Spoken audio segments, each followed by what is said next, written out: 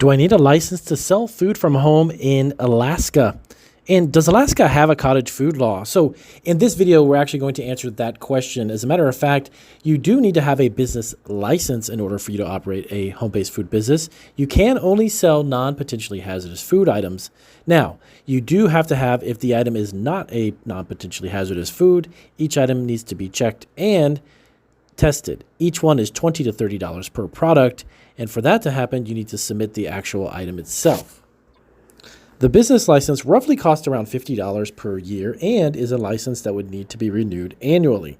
Now, do keep in mind the types of places you can actually sell because some of them are quite limited.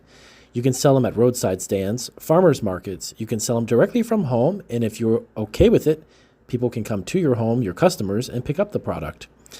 Delivery is available and home pickup is fine. Now, if you use delivery service, you have to bring the item to the customer. You can't use a delivery service like Uber Eats or DoorDash. You are prohibited from selling your foods from home online in Alaska under their cottage food laws, and you cannot sell them to restaurants. Unfortunately, you still can also sell them to retail stores, which means they would buy them from you and then resell them in their retail outlets. That is prohibited. Mail order is not allowed because you can't ship outside of the state of Alaska. Wholesale is also something that is not allowed through Alaska's cottage food laws. Catering, you'd have to have a totally separate commercial kitchen and a different type of licensing and permitting. Now, do keep in mind that they have a tremendous amount of foods that you can sell. Everything from snacks to pastries, breads and cereals, honeys, nut butters, salsas, candies, and baked goods. But keep in mind as well, too, prohibited foods would be perishable baked goods, meat jerkies, and low-acid canned foods.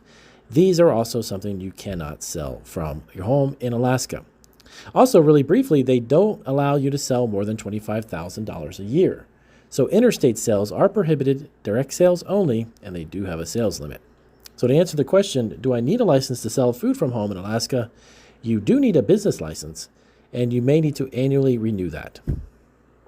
Check out these additional videos for your cottage food business in Alaska.